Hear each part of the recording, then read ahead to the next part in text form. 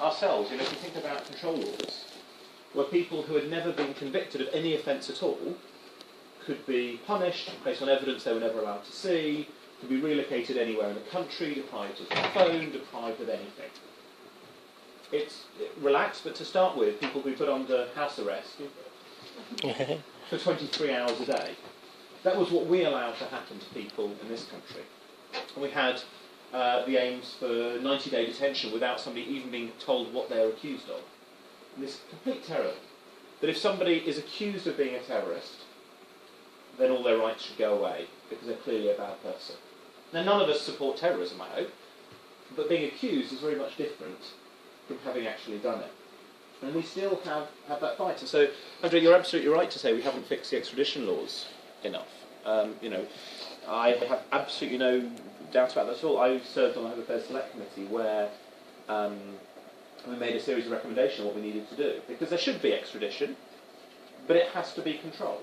It has to be at the last stages where people actually are about to face a trial for some sort of offence. It has to be fair. We made a whole series of recommendations. The government agreed with one of them.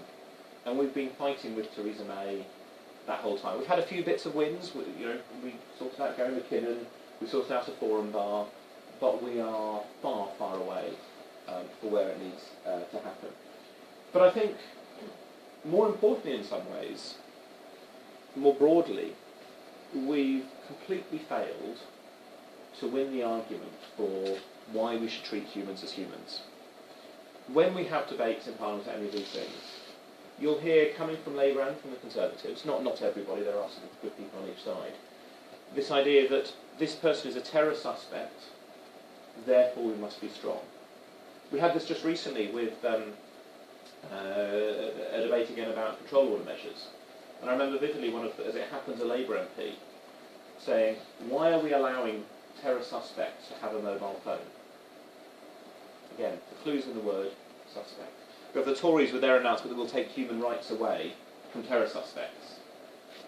Again, just because somebody's a suspect doesn't mean they did anything. People who have committed a crime, we have a process. If they're found guilty, we should have sanctions. We shouldn't have supermax. I mean, that's abhorrent. What we should never do is to say that people who we just think might have done something bad should be punished in ways that, frankly, are too awful. What we've heard is a worse punishment that should be happening for people who have committed offences.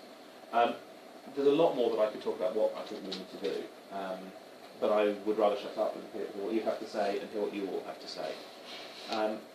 But what I think is great is that we have such a full room here to talk about this. Because actually the problem is that most people won't talk. I've got to tell you, they won't talk about any of the other issues. They'll grab on to the occasional case, the Gary McKinnons. But in general, people won't think about it, won't talk about it, and won't act on it. So I'm really pleased that you're here. It's great to see you again. I hope we can try and win that fight for the hearts and minds, that case that shouldn't need to be won, that says that people are humans, that we should treat them fairly. We shouldn't allow what we all deride when we read Solzhenitsyn about what happened in the Soviet Union. We should not be allowing it to happen here, in the US, or anywhere else. Thank you.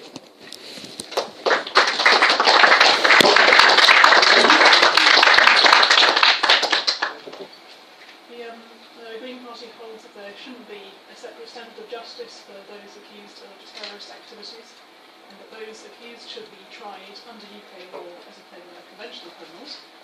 To quote Green Party policy, those accused or found guilty of atrocities or planning to commit, aid or abet in their execution should be dealt with under the same principles as those accused of more conventional criminal activities. In particular, those accused of supporting terrorist acts should have normal rights against arbitrary arrest and arbitrary imprisonment. It should not be a crime simply to belong to an organisation or have sympathy with its aims, or be involved with an obsolete website. The Green Party also holds, like you were saying, that the fight against terrorism shouldn't be used as a war against human rights, or as an excuse to deprive a British citizen, or anyone at all, of his or her rights to life, liberty and property. In particular, the Green Party would resist any harmonisation of US standards of justice with UK standards of justice. they're told that things like the USA Patriot Act, where if you're a non-US citizen, you can be held without trial indefinitely.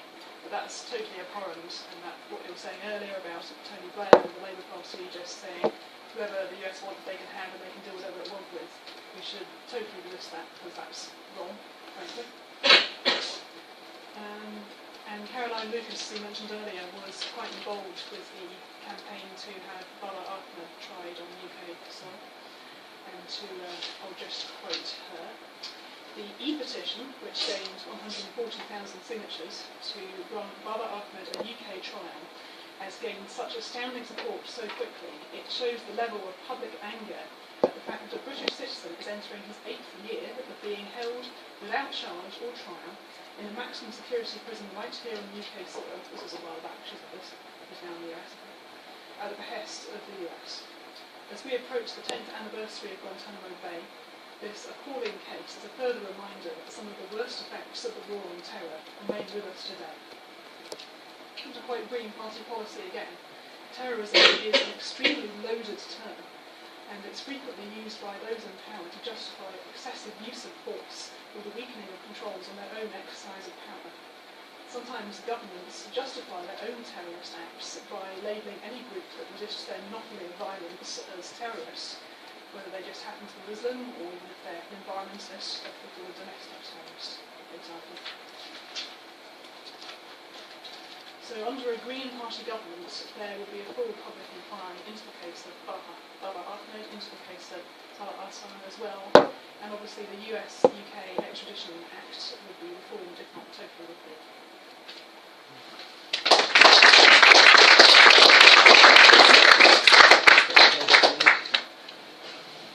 Don't you ask us questions? I If you have questions for each other. Well, I'd just like to footnote a few things Kate said. So Caroline went even further into just issue public statements. She wrote to the judge to talk about Bala's. She kept in correspondence with Bala when he was in prison, and she'd call me just to see if I was okay. She wrote to the judge about Bala's positive personal qualities of compassion and forgiveness that she saw in his correspondence, and she's just an exemplary person. She's not even my own MP. I'm from South London, Tooting. So I found it funny because, this is another. I'm actually a member of the Green Party. Because Sadiq Khan, who's my own MP, didn't do any of those things. I'd also just like to underline the fact that Bala was set free by the judge after accepting a plea bargain.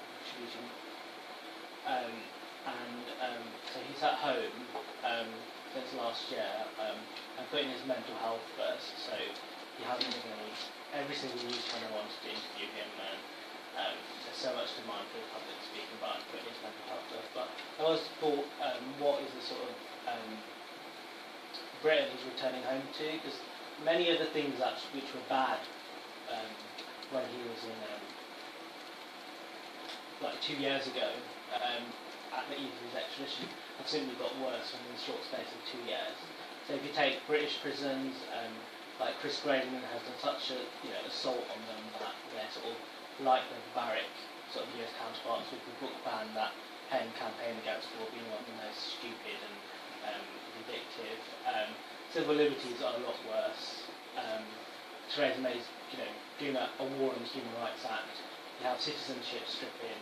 You have secret trials. So the first, overturning centuries of open justice. And generally the climate is so much worse. I could explain to my brother on the phone about the rise of UKIP and these headlines about halal pizzas and whatnot. So sorry to be pessimistic, even though he's free. I feel the general state of Britain in terms of civil liberties and discourse about anti-terror legislation is sort of worse now than it's ever been. So I think I agree. Caroline Lucas is a great MP. We're different parties. We've worked together on a whole range of things, but I wouldn't. She definitely goes above and beyond. and I think you're right. I mean, some of the things the secret trials actually, we started in this country having secret trials. I think it was '98 that the Special Immigration Appeals Court was set up, where there can be cases about your immigration status, or you can stay in a country where you are never told what the evidence is, which of course makes it impossible for you to defend yourself. And people have been detained on that for years without knowing what's going on. So we've had that. One of the things we just actually, across party groups, I think included Caroline, I'm not certain of that, but it may have done, looking at detention, mostly in Norfolk and Yarlswood. We are one of very, very few countries in the world which will detain people for immigration purposes in this country indefinitely. There are people held for years while we question whether they should be in this country. We are. This is another thing. So many of these things. It's no secret that there's a coalition that we don't always agree with, Theresa May or Chris Grayling. But there's just so much more we need to do. It's really depressing. Another thing I'd like to add, that I'd just like to emphasise how much terror legislation doesn't just affect people involved in acts of terrorism or associated with political dissident groups or whatever. And to take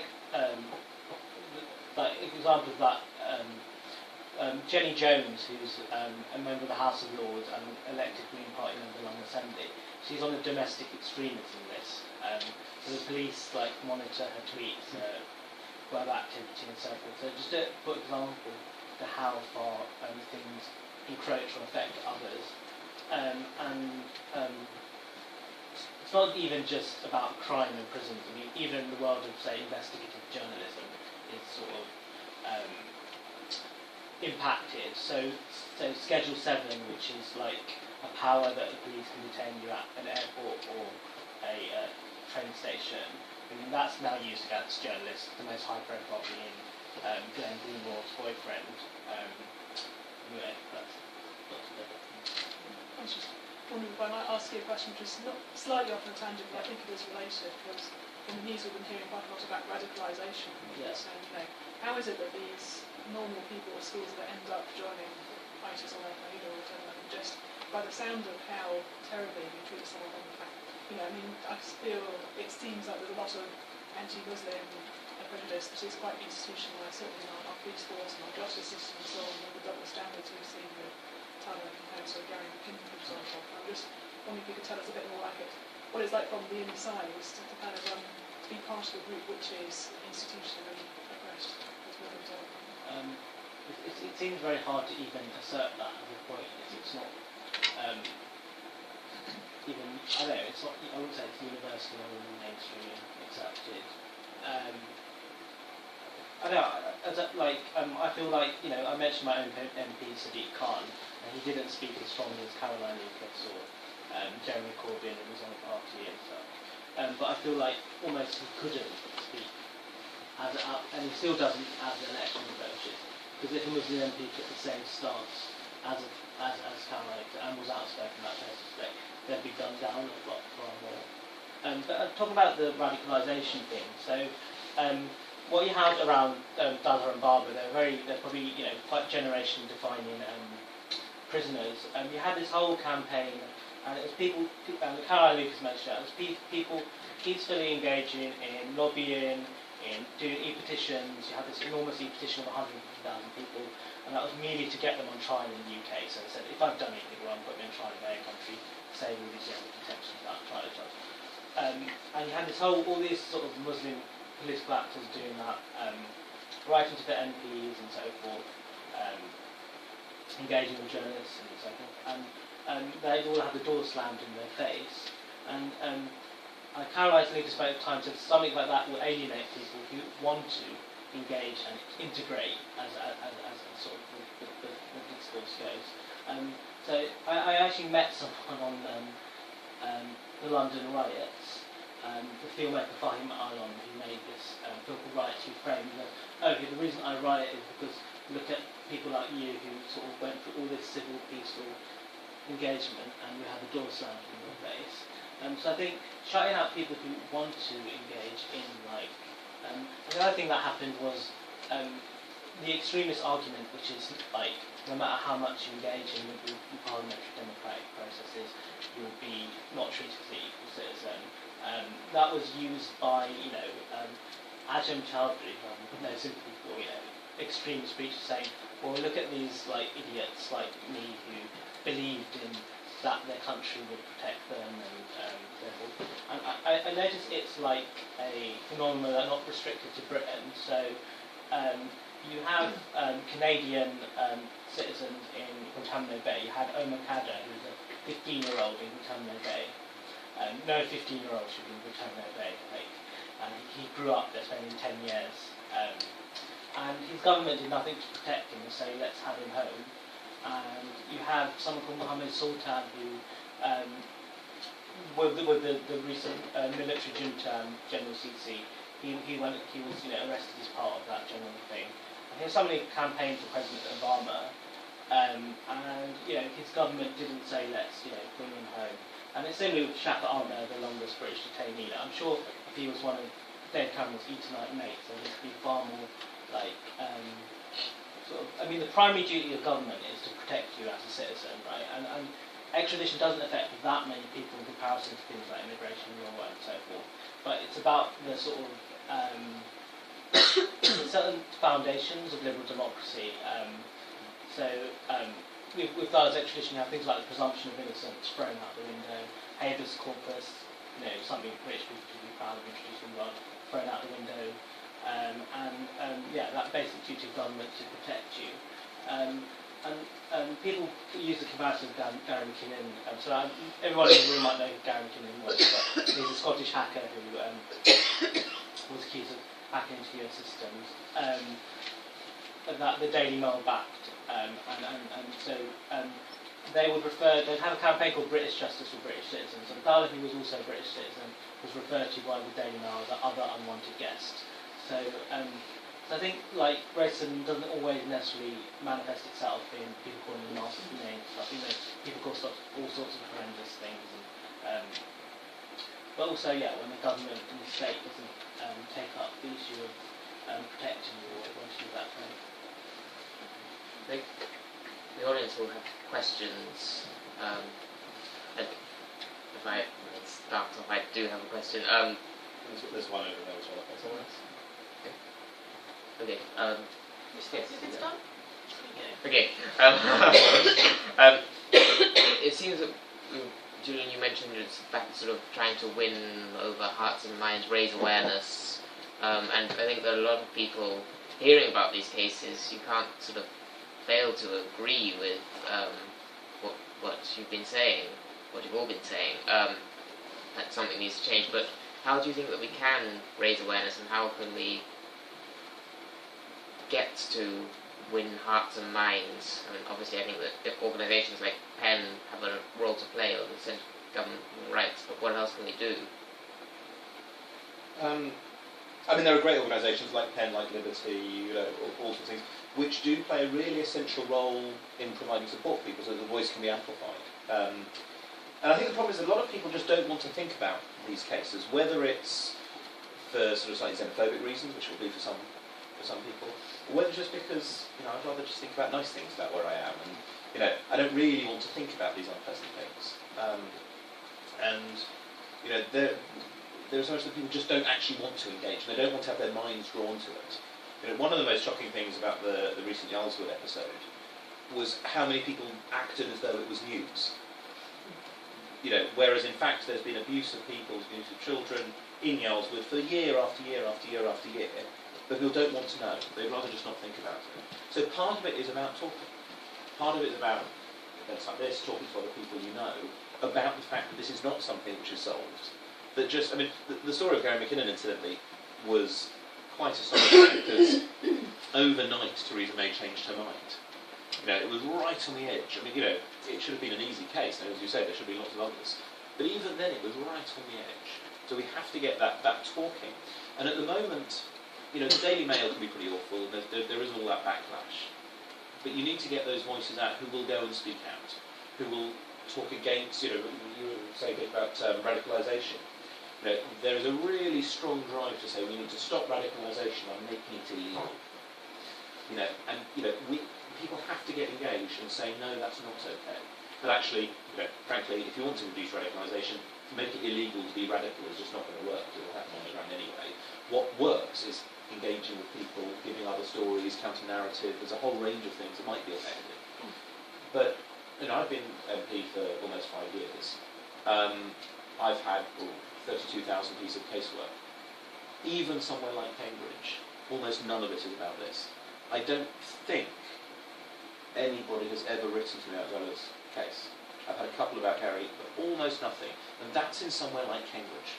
If I can just respond as well, I think it's always less a problem of public engagement and support, and more of changing the politics, and particularly international politics coming between the UK and the US, because you were saying about that petition getting 150,000 signatures for Baba Afghan to be tried in the UK, and that's an enormous petition, and one of the largest I think ever received before.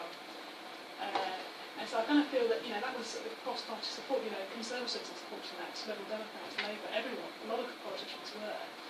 But I think there's just it's that legacy of the war on terror where it's if the US says jump, you jump kind of thing. And it's not just with kind of human rights and extradition and stuff. It's happening now with TTIP, where people have heard of TTIP.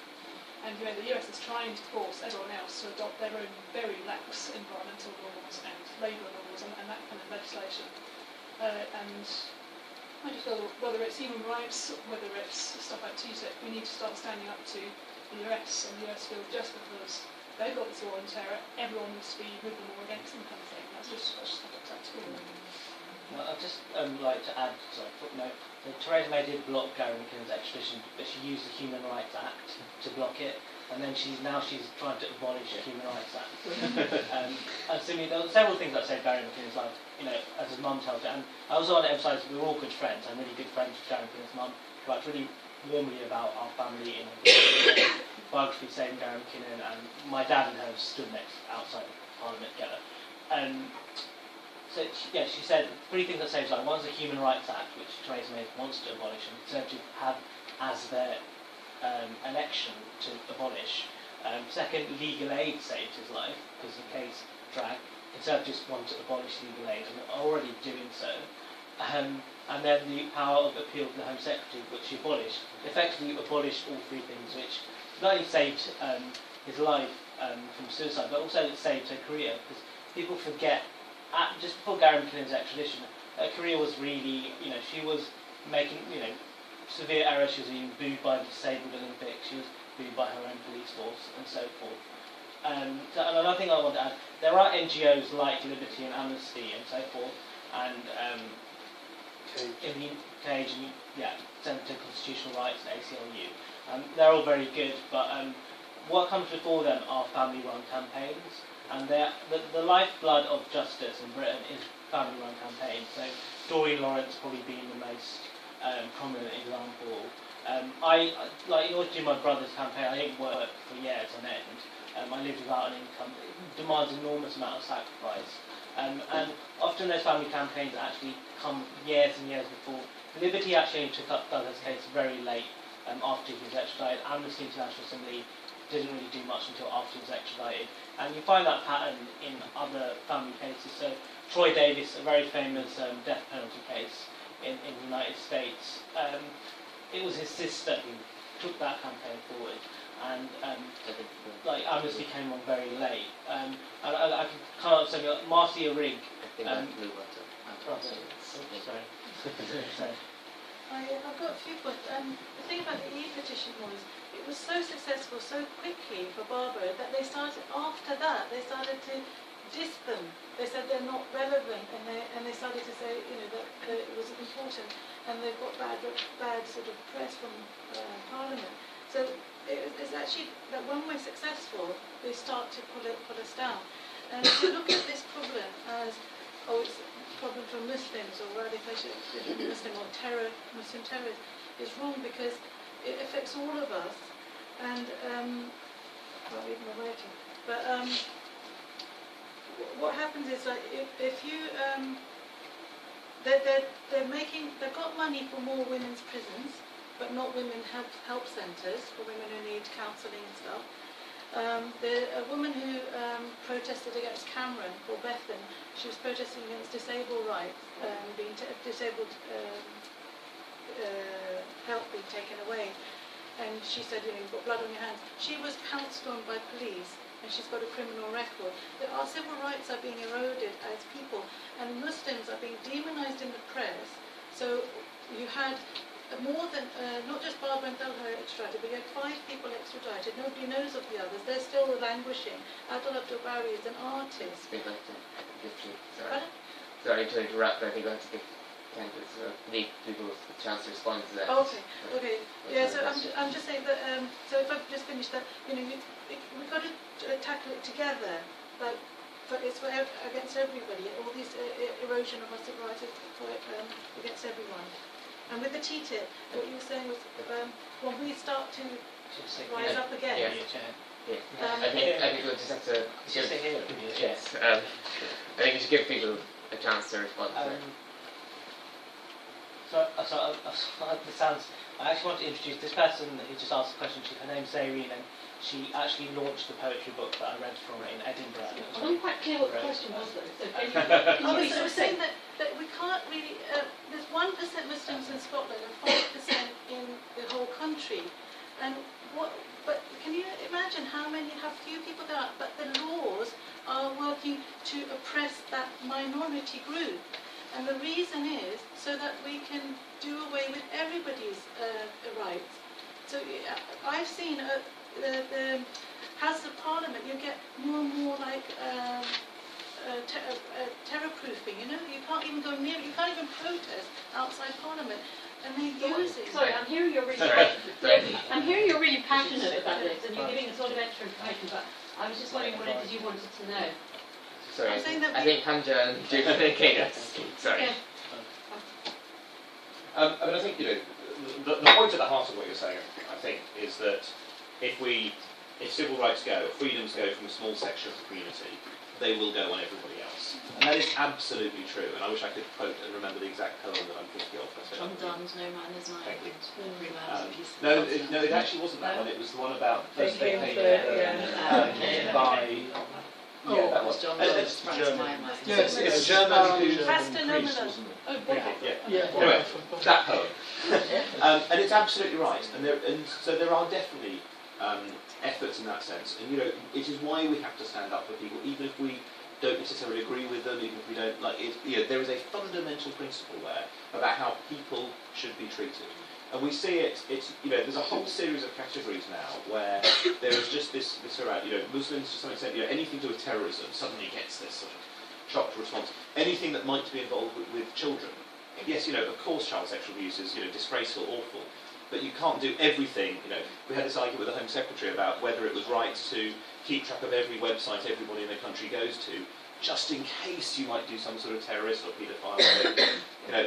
What's proportionate? That's, to me, and I'm very involved with killing that off, it's clearly not appropriate. So the reason why it's important to think about human rights, the reason why it's important to think about civil liberties, defend the Human Rights Act, the European Convention on Human Rights, and to try to get other countries to follow our lead, is exactly because if you let minorities be picked off, pretty soon everybody gets picked off. Incidentally, the last thing I'd say on that is that what would be wonderful is if we can get other countries like the US to rise to our standards, rather than for us to go down to theirs. We've got to finish at 6. So. I was just saying it's incredibly important for all of us to stand together with Muslims and not to go with this Islamophobia that's going on, because it's very convenient if there is an agenda to demolish civil liberties to have a scapegoat or a group to pick on and to turn people against that group and say, there are terrorists out there, to defend talking these terrorists, I'm just sorry, civil liberties and human rights are going to go. They're just calling that out. And you can see, in the police force where they're terribly, they beat up Barbara and saying, all this kind of religious abuse and so on. And it's just clear there's just so much ignorance going on. And I'm sure if Tala hadn't been Muslim, like, so the same with Gareth, there wouldn't have been this kind of fear and ignorance. Oh, yes, he's Muslim, will probably be a terrorist. And then extradite you. As well as protecting civil liberties and human rights, I think the key word we should mention here is accountability, and there is none. There's think Julian's been pressing the Home Secretary to have a judge-led inquiry on the CIA torture report, and there isn't. But I see that regarded accountability as sort of what drives all these family campaigns, whether that's Hillsborough or death in custody, or we live in a climate. What Theresa mentioned to her brother, she actually boasts that in 75 conference, wasn't it great to say goodbye? So that's the the sort of level of sort of shamelessness. I think if we had actual accountability, there wouldn't actually be a lot of extremism. From the fact, people want accountability for, the Iraq War, for, CIA torturers in Guantanamo Bay, but there is none. So, and that's up for you as people to push for. So I think we have to finish, I'm afraid. I don't know if you're going to hang around afterwards to answer more questions or not. I don't know. But we have to leave the room, I think so. So please, there's a mailing list, so please stay in touch with me. There's a poetry book on sale for £2. And I'll be hanging around Cambridge for the next couple of hours, so if you would like to talk. And please stay in touch, and hopefully Tyler will come next time and read the poetry.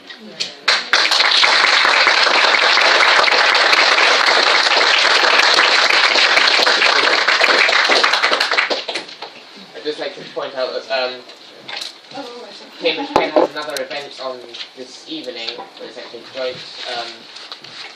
Notes magazine is a student magazine and the collaboration with us to produce a special issue on human rights and student writing on human rights, including translations of works from writers in imprisonment.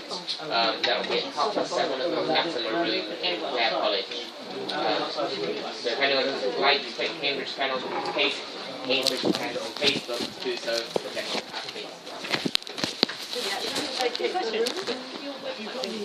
Yeah, I have some change. Can we just leave the table outside? You can chuck us out of the house. Chuck us out of the room.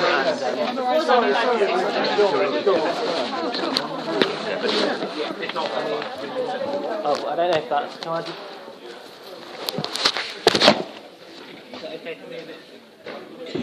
Just move it here.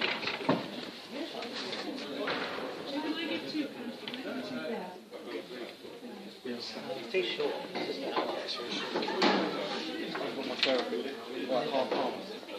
I'll be around later. Alright, yeah, I'll be around. I'll stick around till about 9. I've got my number. No, I ain't got your number. Okay, 875.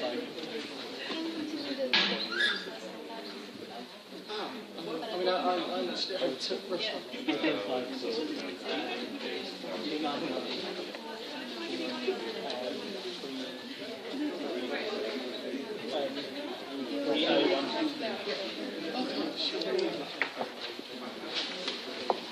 Yeah, no, I was just going to ask. Yeah, maybe.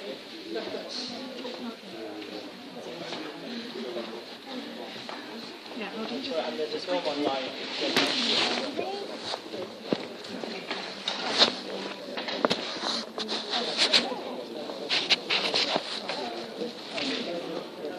Not too bad. Yeah. I didn't realise you were here. Yeah, I just come down. What, just now? No, No, you've been here for the... Hang around. How you doing? Nice. Yeah, not bad. Yeah. How about you? Yeah, not I'm on 2, 3. Are these 2 yours? No, these No, not they're yours. Okay. Because you've got 2. Yeah.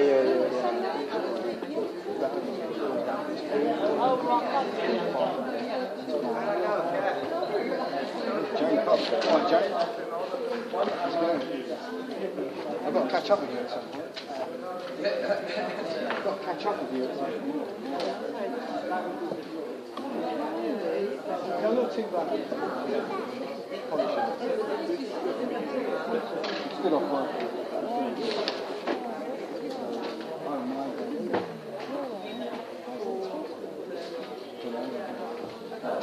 Mother can move.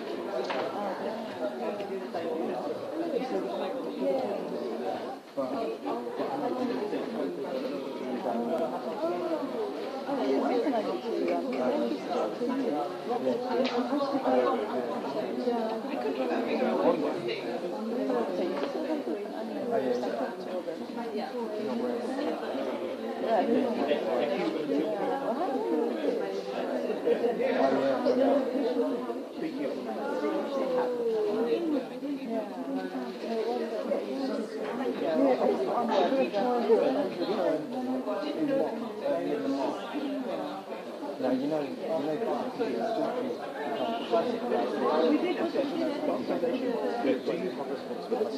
yes. Do you forfeit your right to do something else? No, they're different things. Using language partially. Misleads. Alan, it's Many heard that, yeah. Yeah. the one that we thought really has been right. But just like the money explosion and has been and you need to go other than other people like they're fine on it. They don't act like it. There's been virtually no support against Corbyn. And again, Barry Corbyn, there's a few others, but it's a lonely storm. And making an issue, one of the things about elections, real people next time what he's going, will make I don't want to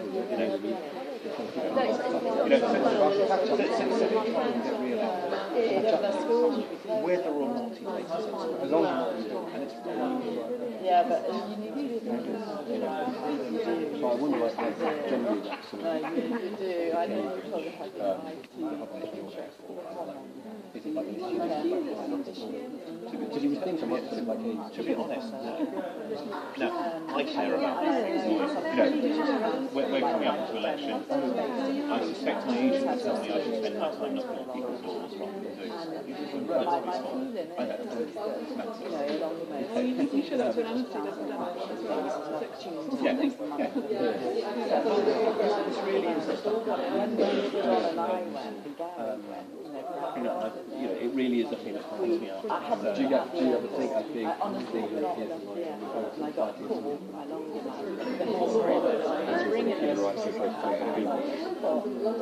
that's a question for another time.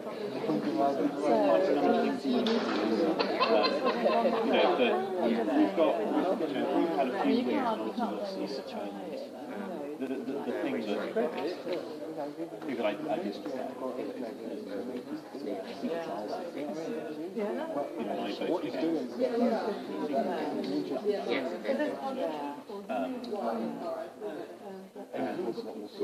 know the name of the home official using mobile phones, solar power. She was the only one who was having to get the teachers online. Really? And then using that. She was doing what she was told to do when she was at the home office. But I know she has that memory of it.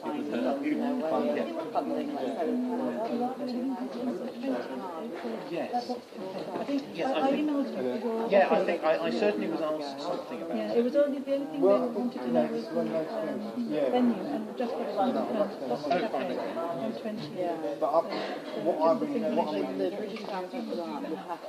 I was amused I had a letter recently. 7 o'clock. one of the requirements. Yes, this is my diary. Okay, sorry. But I had somebody wrote to me saying it was absolutely disgraceful that I had picked sides by going on the anti-VL demonstration, and that as the MP I should be neutral.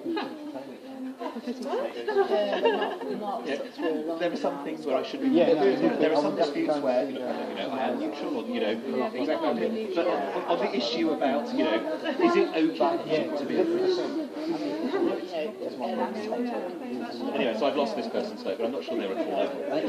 While I've got you, can I be really nasty? Can I just ask you about the Lib Dem official policy on teaching? And whether you agree with that? So I do. I don't know if you know what the Lib Dem policy is. I have an so the idea of being able to carry on international, so the idea of having what I want to see is so I've got to sort I don't yet know where that's going to be. What's interesting is there are equivalent organisations complaining about how close the US standards to be used to British ones, which I find surprising. Because we're very concerned. So So I'm pro some version of TTIP and taxes. Yeah.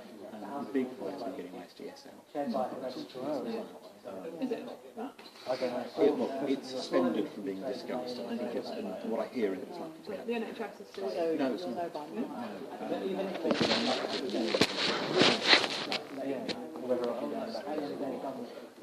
TTIP sounds good. I want to try and get people's campaign to say the NHS is easy. So it's been letters of recognition of negotiating things saying the NHS is out. If you're interested in you live in Cambridge? Yeah. Drop me a line. I might still live there. But then, it's something which I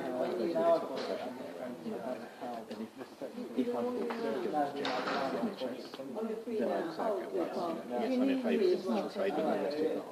You know why it's different? I think is simply the fact that it's a negotiation. And we want to say here's our negotiating strategy. I wouldn't be able to say it has to be passed. I wouldn't be able to recommend the business. And if what comes out then I'm absolutely so I think it's probably not something that it hasn't got to the stage yet. Why is it being pushed so much now? Why is it secure? There are lots of failures. I think there's been lots of, there's a Canadian, one of the Canadians, which is actually almost the same thing.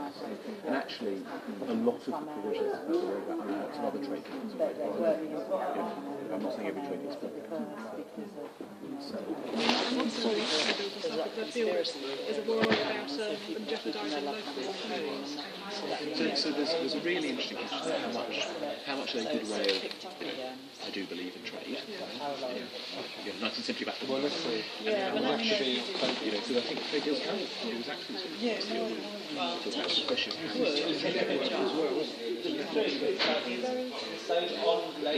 hopefully it will be a thing which I mean, I accept you may not believe it will be. I guess I'm just waiting because I feel that if you've got free trade, then the strongest are going to take advantage. So you shouldn't have completely free trade. The question is, what is the level of trade? She's moved to But there are lots of silly barriers.